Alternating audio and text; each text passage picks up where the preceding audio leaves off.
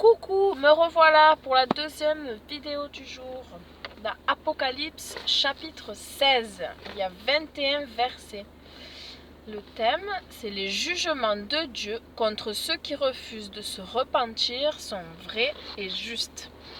En revanche, tous ceux qui veillent et sont prêts pour le retour du Messie seront bénis.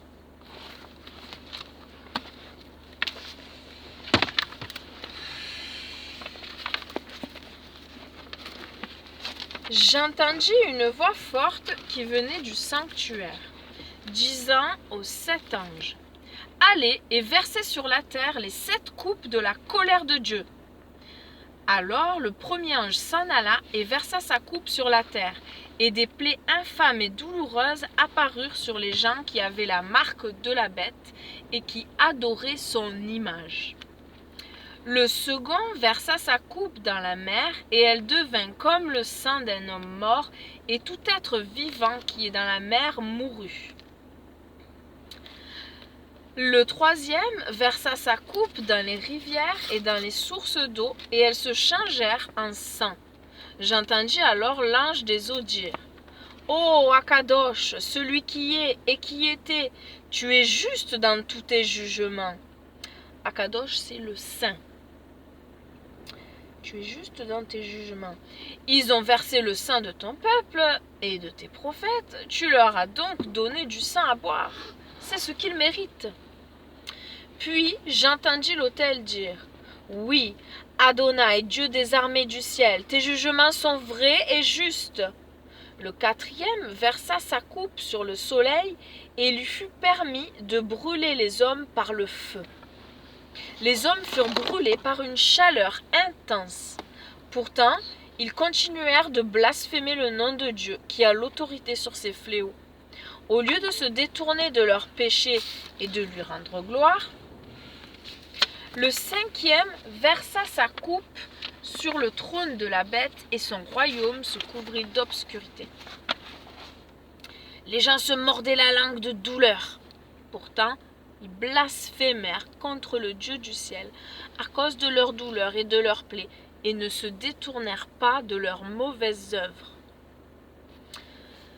Le sixième versa sa coupe dans le grand fleuve Euphrate et ses eaux tarirent afin de préparer le chemin des rois venant de l'Est.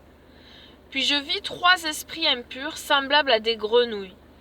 Ils sortaient de la gueule du dragon, de la gueule de la bête et de la bouche du faux prophète.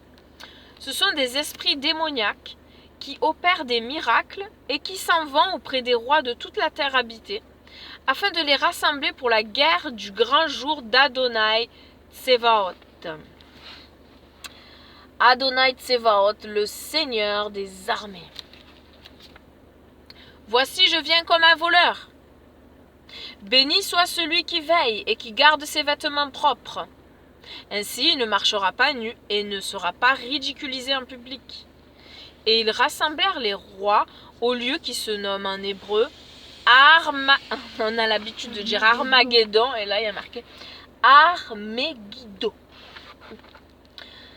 Le septième versa sa coupe dans l'air et une voix forte sortit du temple, procédant du trône qui disait « C'est fait !» Il y eut des éclairs, des voix et des coups de tonnerre, et il y eut un puissant tremblement de terre, si puissant que depuis que l'homme est sur la terre, on n'a jamais vu de tremblement de terre aussi violent.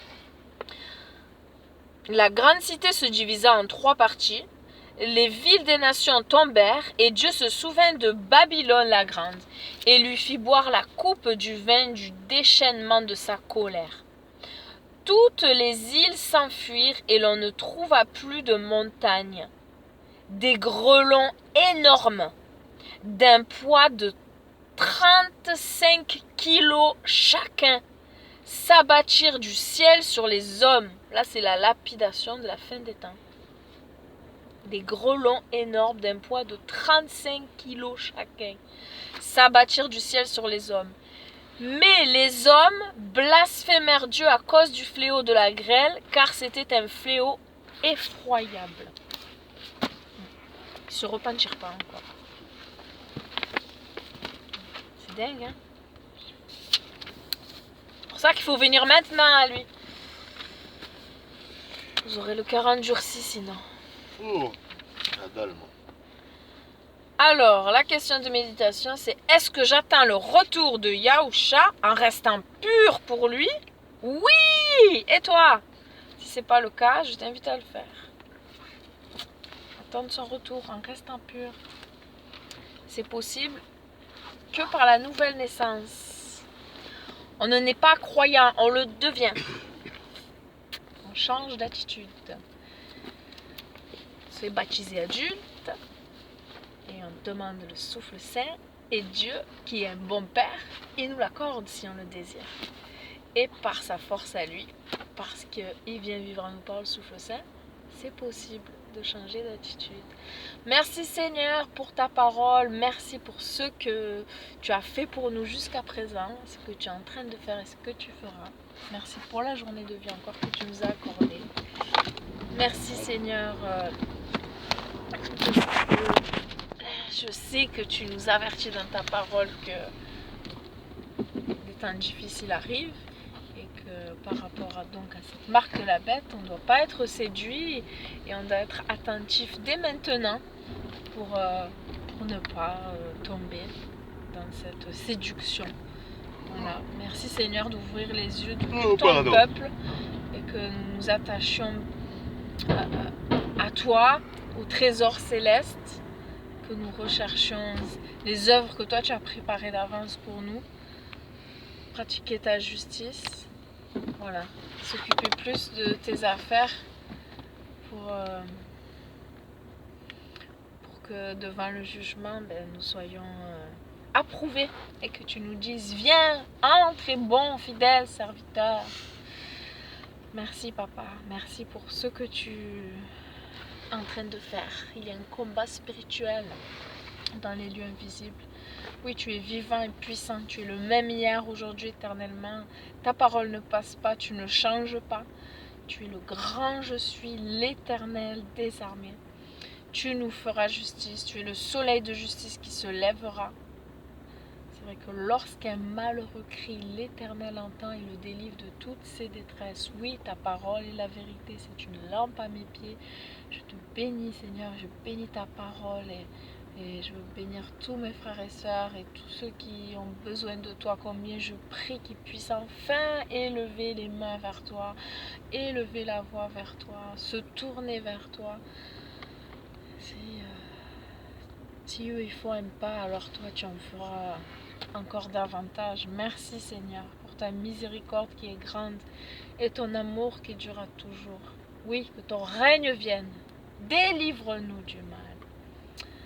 Amen, à toi la gloire. Shalom, bonne fin de journée, bisous.